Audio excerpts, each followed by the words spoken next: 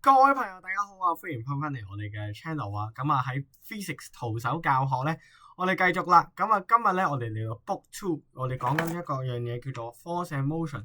而第一課咧，我哋嚟講運動基本嘅嘢。咁啊乜嘢叫做一個 motion 咧？咁啊 motion 咧其實有好多嘅唔同嘅步驟啦。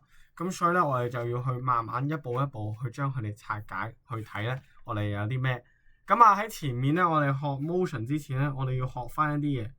我哋咧就要學一樣嘢叫做 S1 unit。S1 unit 咩叫做 S1 unit 啊？咁啊，可能啱啱步入中四嘅你咧，可能唔知道咩嚟嘅喎。例如我同你講，喂，呢嚿嘢係一啊，喂，呢個嘢都係一喎。你講啲咩啊？你講啲咩？喂，你知唔知我琴日舉起咗一個一，叫做一嘅啞鈴啊？喂，好渣啫！我都舉起過一個叫做一嘅啞鈴喎。喂，你又得你咁瘦嘅？哇！呢個咧就係我哋以上講緊 S1 unit。如果唔統一緊咧，就會令到咧我哋係唔知道對方講緊啲咩。原來佢講嗰個一咧係一噸啊！黐線，佢舉起1噸啞鈴喎。我講緊一咧係1kg啊！喂，你哋兩個唔啱數嘅。於是乎，科學家咧喺計數嗰陣咧，為咗方便，例如你講嗰個數同我講嗰個數係咪一樣㗎？係咪一樣叫做基準？係咪一樣單位嘅咧？於是咧，我哋就定義咗一啲嘢叫 S1 unit。嗱，大家唔好嘈啦。以後咧，你講1000kg 啊，或者叫做乜嘢嗰陣，你又講1000kg。我咧就唔講 gram 㗎啦，我咧就講0.1kg 咁樣。大家夾好咗啦，我哋唔好嘈啦。咁樣咁呢啲物理學家又夾好咗一齊咧，就統一口供咧，就同一齊講呢啲數字出嚟嘅。例如有啲咩 kg 啦，例如我哋重量又用 kg 啦，即係個mass 咧就係 kg 啦。我哋嗰個時間咧就叫做 time 咧就叫 second 啦。咁我哋個 length 啦就叫做我哋嘅meter 啦。咁呢啲咧就全部夾好咗嘅，我哋唔會去改嘅。咁咧就確保咗我哋咧就唔會話我哋唔統一口供，咁就講唔到啲嘢。之後我哋要開始學一啲比較特殊嘅嘢。有一樣嘢咧叫做 displacement。相反有一樣嘢叫 distance。喂，中文係咩啊？距離同埋位移。喂，你講緊啲咩啊？原來有樣嘢咧，我哋要學啦 vector 同埋 scalar。嗱，冇驚住，人定義出嚟嘅啫，呢啲全部都係人定義㗎。我哋咧而家咧純粹咧呢啲又好，呢啲好咧，全部係咧我哋確保我哋去學物理接觸，特別係呢個 motion 咧呢個前輩充滿住 standby 嘅地方咧，我哋明白 standby 講緊啲咩咧？我哋首先玩咗佢哋嗰套規矩先。咁呢個地方就係純粹帶大家認識佢哋嗰套規矩係點樣。佢就同我哋講話，我哋行路咧其實兩種嘅，一種叫做位移，一種叫做距離。咁啊，喂，好似兩種個都係 meter 做單位喎。喂，咁有啲咩唔同啊 ？vector 咧就係睇開始同埋完嗰兩點嘅啫。咁啊，呢個就叫一個 vector。scalar 咧就係會冇方向性嘅，即係咧我唔會話向東行咗10米，向西行咗10米，我只不過我加10再加10咁樣。vector 咧就會同你拗呢樣嘢啦。喂，你向前行完之後又行翻轉頭，咁你係咪？喂，你其實有冇行過㗎？或者你就行咗咁多啫喎？其實 vector 咧就淨係計你行咗咁多 scalar 咧就好似磁場嘅母親咁樣，唔緊要，嗰啲都行咗㗎啦。嗱，呢個前面幫你加埋啦，後面唔會減埋你，我加埋落去啦，咁啊加5加10啦咁樣。咁啊，但係呢個咧 displacement 係一個 vector 向量。向量咧，我哋睇一個總向量咧，就係要將佢淨係統一口供。例如我向前咧就係咁多，佢翻咗嚟喎，咁我哋就係計咁多啦。咁我攞一個生活上嘅例子去講啦。咁例如我哋有一個點，佢咁樣，佢向上行咗叫做3米，向右行咗4米。咁我要問你啦，佢個 distance 係幾多？distance 好簡單，3加4等於幾多？7咯。displacement 係幾多？displacement 即係同你計呢啲咩？佢係嚴格嘅母親嚟噶嘛，嚴格嘅老豆嚟噶嘛。佢直接去到 C 點，話實際上你行咗幾多？我係理性啲講，唔好理你行咗幾多，你就算兜咗一個地球18圈再翻返嚟都唔緊要。你實際上行咗幾多？行到呢度啊嘛，得，我而家就同你計呢個數。咁啊，呢個點計咧？假設一個直角咧就係3 2加4啊，咁啊開方就係5啊。咁啊呢個咧就係 scalar 同 vector 最大嘅唔同，一個係有方向性嘅，一個係冇嘅。你見呢個咧冇所謂㗎，你中意點行你咪點行咯，我計你行咗幾多步啫。另外一個唔係，我就係睇你行咗幾多終點。嗱，如果你向前行又向翻嚟行咧，咁我就唔計你㗎啦。例如我假設下有條喺呢度行。佢咧就行咗過去 A， 行去 B， 行咗去 A、B 之後咧，之後行翻轉頭過去。咁我問你啊，佢行咗幾多啊？佢嘅 distance 咧，例如假設係10米啦 ，distance 係20米，佢行咗20米 ，displacement 0，佢冇行。喂，老實講句，你行咗過去又翻嚟，咁咪0咯。咁啊，呢啲可能而家唔覺有啲咩用咧，遲啲嚟講咧，我哋就好重要噶啦。包括係拋個波向上，佢又跌翻落嚟，佢問你用咗幾多？係咪先？咁啊，拋個波向上跌翻落嚟，真係跌埋落去喎，即係向先升而後跌。咁啊，之後點樣計咧？咁我哋遲啲咧就會去學一啲技巧。咁所以大家咧要先知道咗呢個係點樣先。Displacement 咧就係直接揾兩點之間距離。之後就到一個比較煩嘅地方 ，speed、velocity 同埋 acceleration。唔知你有冇讀 M1、M2 啊？咁啊冇讀唔緊要，我哋咧而家就簡單去講俾你聽發生咩事。Speed 我哋都知道啦，位移速率係幾多咧？即係我哋嗰個meter 除以 second。去問你啦，其實咧我呢個地方咧，我1秒行咗幾多米咧？就係一個叫做 speed 啦。speed 我哋知道佢嘅單位係叫做meter per second 啦 ，m 除-1啦。咁即使話我哋一架車，喂，佢喺度兜緊圈喎，我唔理佢啦。不論點樣好，有架車喺度做圓周運動嘅，咁我哋知道啦，佢每秒咧係行5米嘅。咁啊，於是乎咧，我哋就知道佢速率每秒係5米。亦或者同你講話，我俾10秒佢可以行到幾遠啦？因為佢每秒可以行5米啊嘛。咁我俾10秒佢，咪可以行到50米。大家小學可能都學過呢樣嘢。但係咧之後咧，我哋就會去學一樣嘢叫做 velocity 啦。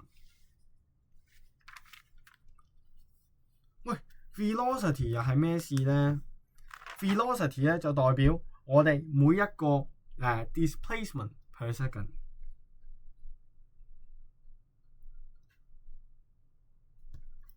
即係咩意思啊？嗱，我俾一個活生生嘅例子你。有架船呢度咧就行去呢度，之後就行去呢度，佢總共行咗10個米。呢個咧係10啊，呢個用翻之前啦，呢個4，呢個3，咁啊叫做 meter。咁啊總共用咗10秒。咁問你佢個 speed 係幾多 ？speed 好簡單，佢行咗幾多啊嘛？佢行咗7米，用咗10秒，咁即係7除以10啦。咁佢每秒就用行咗0.7米啦。velocity 唔啱啦，佢係嚴厲嘅父親嚟噶嘛，所以佢行到呢度。佢照計你呢個係5啊嘛，咁所以係5除以10，即係0.5 meter per second。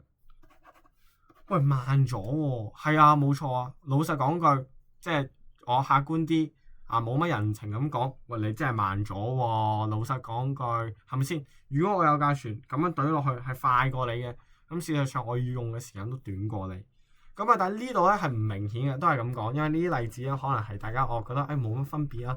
但係當我哋去到後面咧，我哋一啲界定咗、一啲定義咗嘅嘢咧，就係要大家明白呢樣嘢。所以咧，我希望大家咧唔好話去拗，唔中意呢個講法，唔好咁樣諗，先開放啲嘅態度去接受咗佢哋先。接受咗之後咧，你先可以接受到 physics 嘅，因為好多都係人定義出嚟嘅。即係你估呢個世界上有種物質叫力咩？喂，小心個力走咗啊！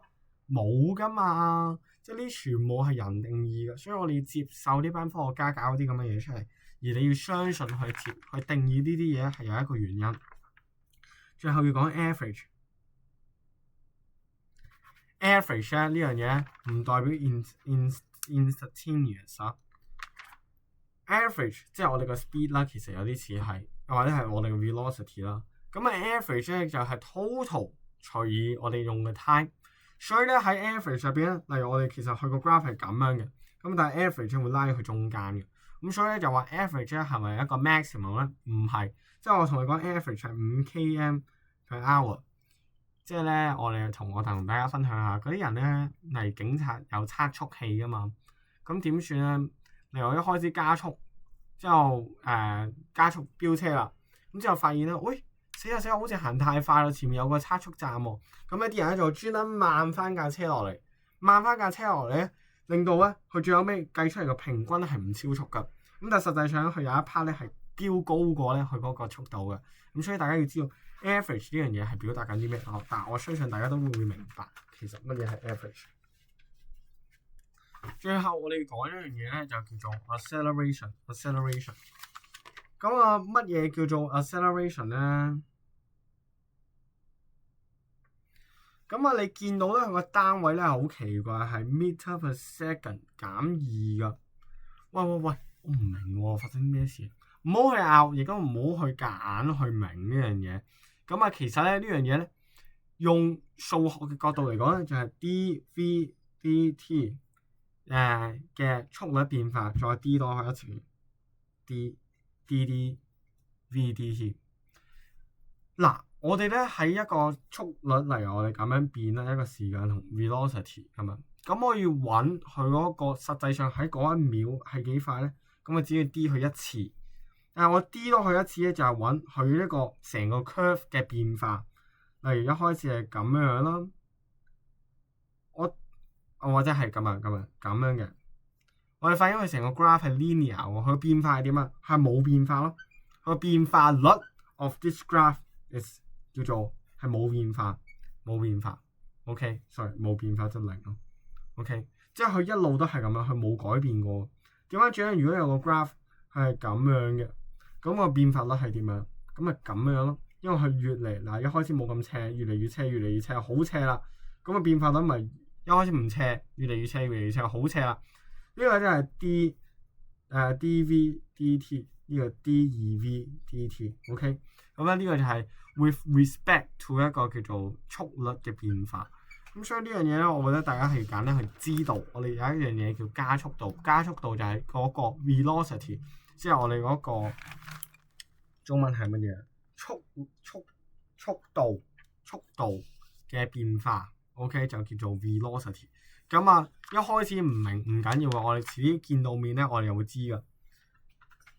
之後呢個即係呢一課全部一啲 definition 嘢嚟嘅啫。咁啊，遲啲會再見面噶，所以遲啲真係有例子嘅你咧，就會好容易明噶。之後一樣嘢叫做 uniform motion， 叫做均速運動。咩叫 uniform motion？ 即係話咧，一個物體咧就係如果唔受力嗰陣咧，佢咧就會有一個叫做 uniform motion， 一個叫做均速運動。咁啊，其實咧有兩樣嘢。第一，均速運動咧有兩個定義，一咧就係個 velocity 就等於0，就等於 constant 啦。acceleration 等於0，即係當一個物體咧唔受外力嘅影響嗰陣咧，佢咧將會係一個叫做唔受外力嘅影響咧，佢將會進行一個叫做匀速嘅運動啦。咁個匀速嘅運動咧，就會令到佢係唔會加速嘅，即係唔會你見到一架車喺外太空飛緊嘅一個飛船，佢唔會冇得加速嘅，除非係有第啲力喺上面。冇力嘅情況下咧，佢唔會加速啦。所以咧，佢個 velocity 記住包含兩樣嘢，唔好俾個速度呃咗 speed 同埋 direction。不論咧係個 speed 又好，佢個 direction 都好咧，都係應該係叫做 constant 嘅。即使咧，如果有架車去做一個叫做圓周運動咧，佢唔係，就算係個 speed 一樣啦，佢都唔係一個叫做 uniform motion 嚟噶。相反，如果有個人企定喺度唔喐咧，佢反而係一個叫做uniform motion。點解？因為 speed 係0啊嘛，咁佢個 direction 冇變過啊嘛。咁所以呢樣嘢，我哋似咗去 uniform motion 咧，又見翻circular motion 咧，會見翻架車。咁我哋就知道咧，其實一路有個力向住佢嘅，呢個力咧就叫做 centripetal force，centripetal force 向心力。咁啊，最後一樣嘢咧，我哋要講咧就係一個講 error。咁啊，其實點解我哋人會有 error 咧？我哋知道有好多唔同嘅 error， 即係啲 bug 啦。咁第一，我哋會有個叫做 reaction time，即係例如我哋撳碼錶嘅，咁我哋唔係成日會慢咗咁令到咧我哋做人咧係即係計錯一啲事。咁啊點算咧？我哋點樣揾到個 percentage？ 咁咧就係 measure 除以percentage error 係咩啊？就係個 error 啦，除以個 measure value。即是乜嘢意思？咩叫error 除以 measure value 咧？例如我哋揾到人嗰個 reaction error 係0.4 second， 即係我要0.4先可以 react 到撳個掣落去。咁實際上我哋嚟度到我哋個數係2.31咁樣，即是0.4除以2.31等於17.3% 乘 100% 啦。咁啊，你唔好問我點解人定義出嚟嘅，全部都係定義出嚟嘅，即係大家統一口供咁樣，即係確保咧大家可以對話到。咁啊，如果唔係你下次我講個 error 個定義，原來係我計到幾多除以幾多喎，咁呢個就唔同啦。即係 physics 嗰邊嗰個咩 percentage y 啲咧，又係唔一樣噶。佢嗰個咧就係我實際揾到幾多除以我理論上係幾多。咁呢啲咧就好奇怪咁，所以大家就知道係咁樣就得啦。例如下次我同你講把尺，例如佢係0啦、1啦，佢係咁樣得咁多，咁個 percentage error 咪一半咯，0.5咯，0.5除我度到係2.5嘅，咁實際佢有幾多？佢有幾多可能有 error 咧？咁佢有0.2% 咧係會叫做有 error 咁啊咩意思啊？呢個咁啊我都唔肯定，咁但係咧佢哋係咁樣講，咁啊就統一口供咗佢，咁因為咧就避免咧就有太多嘅爭執喺入邊。OK， 即係我哋後面見到啦 ，measure maximum error， 即係咧我呢一把尺最多可以度到幾多咁啊？咁例如我哋話一把尺咧係叫做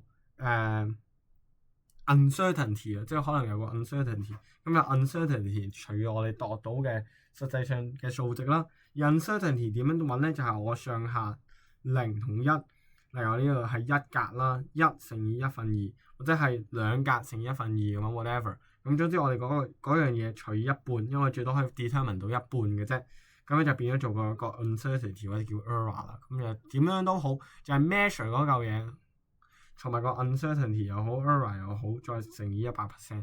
咁只要背咗呢個嘢咧，又可以基本上咧去考極咧都係咁考你嘅。咁啊，所以第一課咧純粹係好多嘅定義喺入邊。咁啊，希望大家咧唔好咁執着於我哋嘅定義。我哋咧只要明白咗佢，統一咗個口供先，咁啊之後再睇下呢啲科學界嘅大佬究竟係點樣同我哋玩呢啲嘅遊戲，咁啊先接受咗，之後再如果有機會你想質疑嘅，冇問題，先接受咗先學習咗先，咁啊之後咧我就會開始去講呢啲 motion 啦，真係開始喐咯成個世界，咁啊世界會點樣樣嘅咧？我哋期待下啦，辛苦晒大家，我哋下期影片再見。夜の帳に閉ざされた思考の海幾千